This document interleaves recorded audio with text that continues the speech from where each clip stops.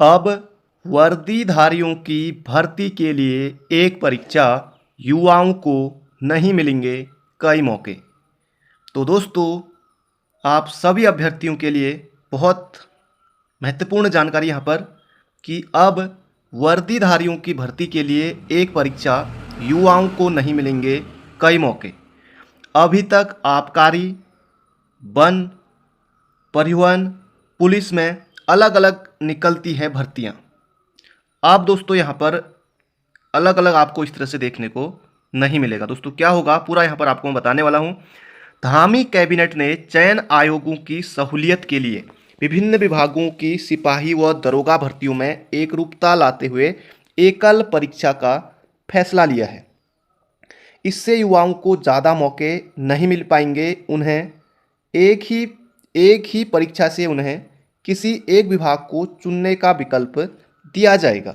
राज्य में आबकारी, परिवहन, पुलिस, वन आदि विभागों में सिपाही और दरोगा के पदों की अलग अलग भर्तियां निकलती हैं। इससे युवाओं को ये फ़ायदा होता है कि ये अलग अलग भर्तियों में अपना भाग्य आजमा सकते हैं।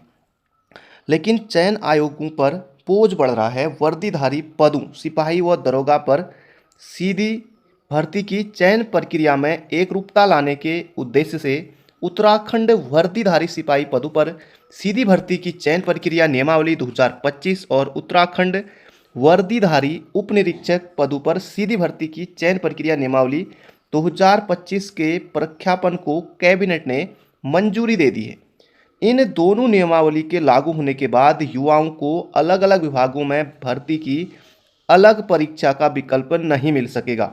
वे एक ही परीक्षा देंगे जिसकी मेरिट और अभ्यर्थियों की चॉइस के आधार पर विभाग में चयनित किया जाएगा।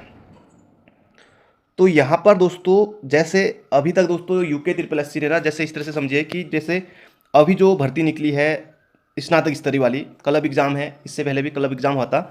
उसमें दोस्तों जैसे ARO के पद हैं, पटवारी के पद हैं, BDO के पद हैं और भी कुछ अन्य पद हैं जैसे समाज कल्याण विभाग में या फिर जो अन्य पद हैं।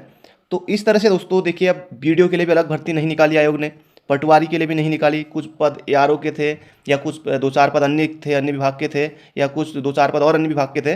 तो आयोग ने दोस्तों अलग अलग विज्ञापन नहीं निकाला। जैसे कि दोस्तों ये आबकारी विभाग है, वन विभाग है, पर ये आबकारी और ये परिवहन तो एक ही में आ गया, वन विभाग हो गया, पुलिस विभाग हो गया। तो सबसे दोस्तों जो है कि अध्याचन मांगा जाएगा कि कितने पद खाली हैं इस तरह से। तो फिर वो आयोग को दोस्तों भेज दिया जाएगा कि यहाँ इतने पद हैं, इसमें आबकारी में इतने पद हैं, परिवहन में इतने पद हैं, वन विभाग में इतने पद खाली हैं, पुलिस में इतने पद खाली हैं, इतने पद दरोगा के हैं, इतने पद सिपाही के हैं। तो अब दोस्तों ये जो है आयोग को इन विभागों के द्वारा दे दिया जाएगा कि हमारे यहाँ इतने पद हैं, इतने पद हैं।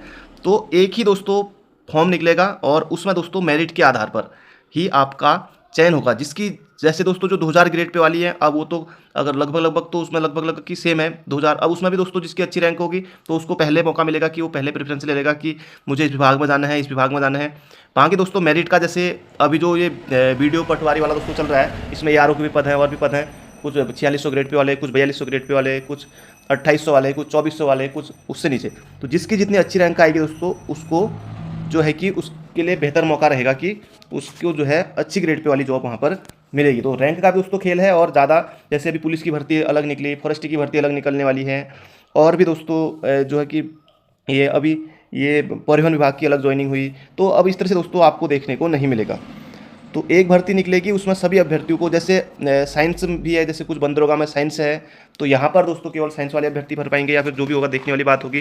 पुलिस दरोगा में दोस्तों सभी अभ्यर्थी भर सकते हैं, और आबकारी वाला हमने देखा था उप निरीक्षक का, उसमें भी सभी अभ्यर्थियों ने भरा था। तो कहीं कहीं पर दोस्तों योग्यता भी अलग अलग है। बाकी आयु सीमा भी दोस्तों कुछ कुछ में अलग है। जैसे पुलिस में तो सिर्फ 18 से लेकर 23 तक ही कहते हैं जनरल के लिए, तो वन विभाग में भी अलग है। और आबकारी सिपाही में जो है यहाँ में 35 तक दिया जाता है, 35 साल तक भी लेते हैं। बंदी रक्षक में 35 साल तक लेते हैं।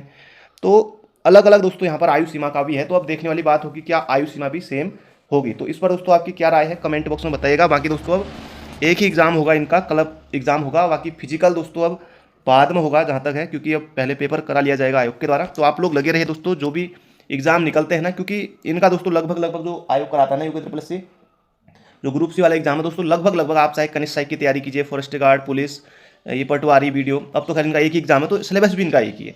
तो आपकी जितनी बेहतर तैयारी होगी, आप कांस्टेबल की तैयारी कर रहे थे तो वहाँ आपका बड़ा एग्जाम वहाँ पर निकल जाएगा अगर अच्छे से आप करते हैं तो। ये थी आज की जानकारी।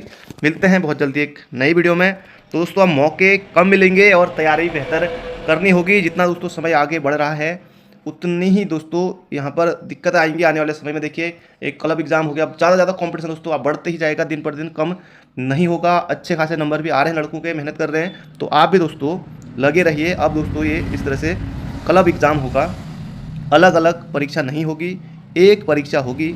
युवाओं को नहीं मिलेंगे कई मौके, तो लगे रहिए दोस्तों। जो भी आपके एग्ज़ाम है आने वाले समय में तैयारी करते रहिए, कहीं ना कहीं आपका निश्चित रूप से होगा। तो thank you friend, thank you so much.